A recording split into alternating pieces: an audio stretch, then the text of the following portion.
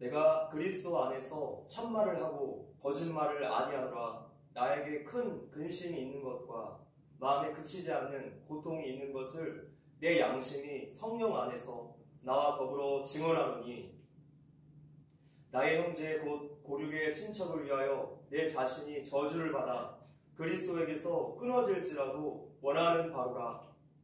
그들은 이스라엘 사람이라. 그들에게는 양자됨과 영광과 언약들과 율법을 세우신 것과 예배와 약속들이 있고, 조상들도 그들의 것이요 육신으로 하면 그리스도가 그들에게서 나셨으니 그는 만물 위에 계셔서 세세의 찬양을 받으실 하나님이시니라. 아멘. 오늘은 로마서 8장과 로마서 9장 사이에 서서 두 번째 시간입니다. 바울은 로마서 8장에서 하나님의 은혜와 사랑에 대한 감격과 감사를 기쁨이 최고조로 있는 상태에 있다가 이제 로마서 9장에 와서 깊은 슬픔을 느낍니다. 자신의 동족 유대인들이 다 구원을 얻기를 바라는 그 간절한 마음 때문이었습니다. 바울은 자신을 핍박하는 동족들에게 원한과 복수가 아니라 그리스도의 십자가 사랑을 품었습니다. 이것은 죄인들의 본성을 거스르는 일이고 성령의 역사였습니다. 용서의 단계를 뛰어넘어서 자기를 희생해서라도 그들이 꼭 구원받기를 원하는 그 간절한 바람이 여기에 담겨 있습니다. 그래서 우리는 로마서 8장과 9장 사이에 서서 우리의 신앙을 점검해 봐야 합니다. 첫 번째, 나에게는 로마서 8장에서 바울이 보여주는 구원의 기쁨이 과연 있는가? 라는 것이고, 두 번째는 로마서 9장에서 나타난 이웃을 향한 영혼 구원의 갈망이 있는가? 라는 질문이죠. 복음의 씨앗이 뿌려지고 또 자라나는 심령들은 반드시 로마서 8장에서 로마서 9장으로 넘어가게 되어 있습니다. 구약 성경의 모세도 바울과 같은 모습을 보여줍니다. 신명기 33장 29절을 읽어보시면 읽겠습니다. 시작. 이스라엘이여, 너는 행복한 사람이로다. 여호와의 구원을 너같이 얻은 백성이 누구냐? 그는 너를 돕는 방패시요 내 영광의 칼이시로다. 내 대적이 내게 복종하리니 네가 그들의 높은 곳을 밟으리로다. 모세는 하나님의 은혜가 너무나 감사해서 백성들에게 그 기쁨을 나누고 있습니다. 바로 로마서 8장의 모습과 같습니다. 그런데 이스라엘 백성들이 범죄함으로 하나님께서 진노하실 때 모세가 이렇게 기도합니다. 출애굽기 말씀인데요. 읽어볼게요. 시작. 그러나 이제 그들의 죄를 사하시옵소서. 그렇지 아니하시오며 원하건대 주께서 기록하신 책에서 내 이름을 지워버려 주옵소서. 오늘 본문의 사도 바울의 고백과 똑같지 않습니까? 백성들에 대한 안타까움과 긍휼의 마음이 담겨 있습니다. 아직까지 이런 기도는 한 번도 해본 적이 없습니다. 믿음이 그럴 수준이 안 되는 거죠. 로마서 8장의 복음의 감격이 회복되며 로마서 9장처럼 이제 우리의 시선이, 우리의 관심이 이웃들에게 또 세상으로 향하게 되어 있습니다. 오늘 나에게는 이웃과 세상을 향한 관심과 또 안타까움이 있습니까? 우리의 조국 대한민국을 향한 그 안타까움과 슬픈 마음이 있습니까? 죄와 공산주의로 무너져가는 이 나라를 위해서 눈물로 기도하고 계십니까? 하나님의 오른편에 서서 이웃들에게 진리를 선포하고 그 진리를 또 수호하고 계십니까? 거짓되고 죄된 것을 감싸주고 품는 것이 사랑이 아니라 사랑은 진리를 알게 하는 것입니다. 목소리를 내는 거예요. 복음은 반드시 확장성이 있습니다. 진리는 나 혼자만 절대로 가지고 있지 못합니다. 바울처럼 동족들에게, 이웃들에게 눈을 돌리게 되는 것이죠. 우리는 전적인 하나님의 은혜로 구원을 얻었습니다.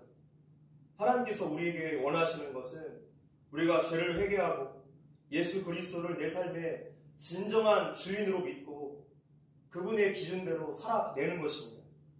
하나님은 오늘 우리에게 믿음을 요구하시고 하나님의 자녀답게 이 땅에서 살아내기를 원하십니다. 하나님의 자녀로서 사실 유대인들은 이방인인 우리들보다 훨씬 더 큰 혜택들을 받았습니다.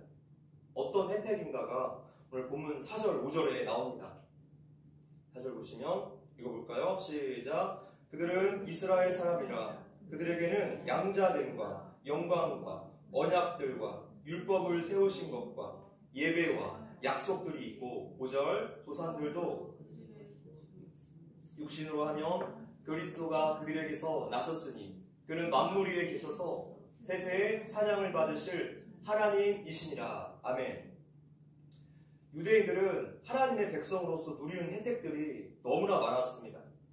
선택된 백성으로 부르심을 받았고 성막과 성전을 통해 하나님의 영광을 직접 목격하기도 했고 노아와 아브라함과 또한 모세를 통해서 하나님의 약속을 받아왔고 하나님의 율법을 받았고 또 하나님께 예배를 드릴 수 있었고 그들의 조상들을 통해서 오실 메시아에 대한 약속도 받았고 하나님의 아들이신 예수님이 유대인으로 오심으로 그들에게 큰 영광을 주셨을 뿐만 아니라 다른 민족보다 더 쉽게 예수님과 관계를 맺을 수 있게 허락해 주셨어요.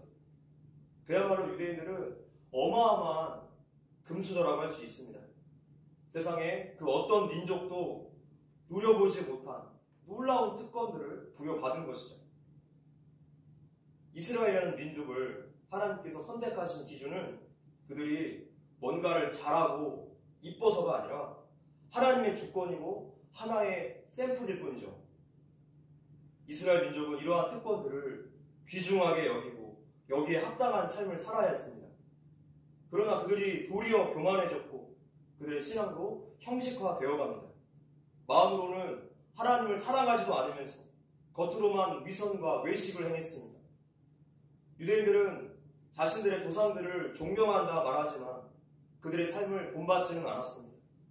아브라함과 모세를 자랑했지만 그들의 순종함을 본받지 않았습니다. 결정적으로 하나님의 아들이신 예수님께서 그들 가운데 오셨음에도 불구하고 그분을 알아보지 못했고 십자가에 못 박아 죽이는 죄를 저지르게 됩니다. 바울은 유대인들이 이러한 특권을 받았음에도 불구하고 예수님을 거부한 결과가 어떠한지 너무나 잘 알기 때문에 그만큼 동족에게 마음이 고통스러웠던 거예요. 결국에 유대인들은 하나님의 심판을 받아서 모든 특권을 빼앗기고 약 2000여 년간을 나라도 없이 뿔뿔이 흩어져서 방랑 생활을 해야 했습니다. 이집트의 노예 생활, 바벨론의 포로 생활이 이어서 로마의 식민지 생활, 그 이후에도 뿔뿔이 흩어져 그들은 방황해야 했습니다. 이렇게 하나님의 복을 받고서도 연속된 포로 생활을 한 민족은 전 세계에서 유례를 찾아볼 수가 없습니다. 1948년이 되어서야 현대 이스라엘로 다시 건국이 되지 않았습니까? 유대인의 이러한 역사는 그들만의 역사로 끝나는 것이 아니라 이 시대 우리 성도들에게도 너무나 중요한 교훈이 된다는 것이죠. 우리 또한 하나님께 큰 특권을 얻었습니다. 죄사함 받고 구원받아서 하나님을 아버지라고 부를 수 있게 되었고 하나님의 보호하심과 인도하심 속에서 살 수 있게 되었습니다. 어떤 고난을 겪어도 견딜 수 있는 소망도 부여받았습니다. 바로 성령 하나님께서 우리 성도 안에 들어와 계시기 때문이죠.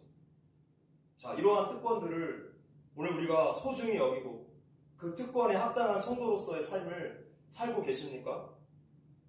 옳고 그름을 분별하지 못하는 이 혼탁한 시대 속에서 좁은 문, 좁은 길 가고 계십니까?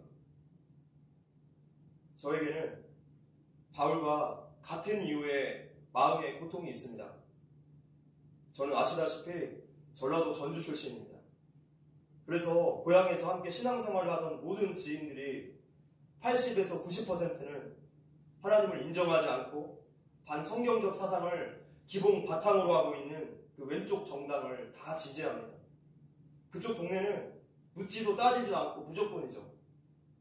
신기한 것은요, 제가 기억하기로는 우리나라에서 기독교인 비율이 가장 높은 곳 1등이 전주였어요.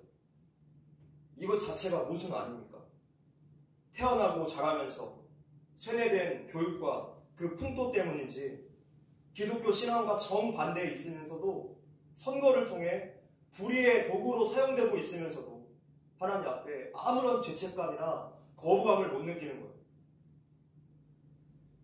제가 당시에 신앙생활을 했던 교회는 전주에서 두 번째로 큰 대형 교회였는데 저는 그것이 자랑인 줄 알았습니다. 그곳에서 자라면서 어른이 될 때까지도 기독교 세계관이라든지 교리 교육을 한 번도 받아본 적이 없습니다. 기복신앙만 제대로 배웠죠. 도대체 어떤 하나님을 믿고 있는 것인지 너무나 안타깝고 고향의 지인들을 위해서 늘 기도하고 있습니다. 우리는 우리를 도우시는 분, 보혜사 성령님의 다스림을 받지 않으며 아무것도 할 수 없습니다. 본문 1절과 2절에서 우리가 나아가야 할 방향을, 그 힌트를 얻을 수가 있어요. 읽어볼게요. 1절에 시작. 내가 그리스도 안에서 거짓말을 아니하노라. 나에게 큰 근심이 있는 것과 마음에 그치지 않는 고통이 있는 것을 내 양심이 성령 안에서 나와 더불어 증언하노니. 우리 인간에게는 양심이라는 것이 있는데 죄로 인해서 타락한 양심은 내가 주인 되어서 내 마음대로 살기를 원합니다. 디모데전서 4장 2절 말씀에 자기 양심이 화인을 맞아서 외식함으로 거짓말하는 자들이라. 양심이 화인을 맞았다는 것은 양심에 불도장이 찍혔다는 뜻이에요. 그 당시에 노예들은 실체의 일부분에 불도장을 찍습니다. 그래서 불도장이 찍힌 부위는 결국에 딱딱하게 굳게 되죠. 바로 양심이 딱딱하게 굳게 된다는 의미입니다. 비리와 불법과 편법을 저지르고서도, 거짓을 행하고서도, 생명을 우습게 여기고서도 아무런 찔림이 없는 거죠. 오직 나의 유익, 돈이 최고의 가치가 되는 것입니다. 이러한 상태의 양심이 되지 않기 위해서 우리는 늘 성령 안에 있어야지 가능해집니다. 성령 안에 있을 때만이 양심이 제 기능을 발휘할 수 있습니다. 바울은 지금 자신의 양심이 성령님의 통제 아래 있다라고 고백하고 있습니다. 구약의 사울왕은 질투심에 눈이 멀어서 다윗을 여러 번 죽이려고 시도합니다. 그래서 다윗이 졸지에 도망자 신세가 되었는데 한 번은 엔게디 광야에 있는 동굴에서 사울왕을 죽일 수 있는 절호의 기회를 만나게 됩니다. 아마 어지간한 사람이었다면 고민할 것도 없이 원수인 사울을 죽이려고 했을 거예요. 나에게 먼저 해를 가한 사람이니까 나의 양심에 비춰보아도 떳떳하다 여기기 때문일 것입니다. 눈에는 눈, 이에는 이가 우리가 사회에서 배운 가치관이기 때문이죠. 그런데 다윗은 어지간한 사람이 아니라 바로 성령의 사람이었어요. 바울의 고백처럼 성령님께 온통 통제를 받는 사람이었죠. 용변을 보기 위해서 동굴로 들어온 사울왕을 죽이지 않고 그의 옷자락만 잘라냅니다. 읽어볼게요. 시작. 그리한 후에 사울의 옷자락 뱀으로 말미암아 다윗의 마음이 찔려 왕의 옷을 자른 것만으로도 그 양심이 강하게 찔렸다는 거예요. 얼마나 살아있는 양심입니까? 얼마나 양심이 예민한 사람입니까? 우리 성도는 죄에 대해서 이렇게 예민한 양심을 가지고 살아야 합니다. 말씀의 거울 앞에 날마다 서서 죄와 피 흘리기까지 싸워야 합니다. 양심이 찔리다의 원어를 보면 마음을 두드리다라는 뜻입니다. 마음을 두드리다. 다윗의 본능은 아마 사울 왕을 죽이기 원했을 거예요. 그런데 하나님께서 다윗의 양심을 계속 두드리십니다. 그래서 다윗이 양심이 찔려서 도저히 죄된 본능을 따를 수가 없었던 거예요. 이것은 나의 의지가 아닙니다.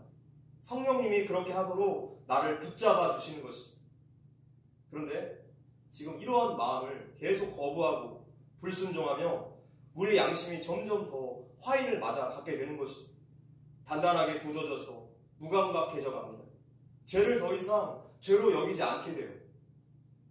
우리는 내 양심이 성령님의 통제를 받고 있는가 늘 점검해야 하겠습니다. 내 안에 복음의 능력이 작동되지 않으며 이웃들과 또 세상에 대해서 참 마음이 강팍해져요.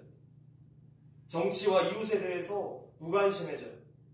마음이 좁쌀만해져서 늘 시험 들고 서운하고 예민해지고 또 진리가 아닌 일에 목숨 걸고 늘 판단과 정죄가 가득해집니다. 이것이 바로 죄의 본능으로 가는 모습들이에요. 우리는 우리의 영적 상태를 늘 점검해 봐야 합니다. 그래서 매일매일 말씀의 거울과 기도가 필요한 거죠. 나를 하나님 앞에서 점검하는 시간이에요. 세상의 각종 공갈 젖꼭지들을 다 떼어내고 자기 자신을 점검해야 돼요. 바쁘다는 핑계로, 귀찮다는 핑계로 하나님과 교제하는 이 골방의 시간을 생략하고 예배를 미루면 미룰수록 우리의 양심이 더욱더 굳어져 갈 것입니다. 우리는 반드시 로마서 8장의 구원의 기쁨을 회복해야 할 것입니다. 회개함으로 다시 한번 우리 하나님께 가까이 나아가서 성령으로 충만한 살아있는 양심으로 회복되어져야만 합니다. 그렇게 로마서 9장에 이웃을 향한 관심과 사랑으로 넘어가야 할 것입니다. 말씀을 맺겠습니다. 바울에게 있어서 인생의 최고의 관심사는 하나님을 영화롭게 하고 이웃이 구원받는 것에 있었습니다. 복음은 그 자리에 머물지 못하고 세상으로 확장성이 있다는 것을 꼭 기억하십시오. 우리의 양심에 늘 말씀하시는 성령님께 귀를 기울이시고 그분 명령에 순종하십시오. 우리가 이 시대에 받은 하나님의 모든 은혜와 특권들을 기억하시고 감사하시고 진리의 좁은 길로 걸어가시는 저와 여러분들 되시기를 주님의 이름으로 기도합니다.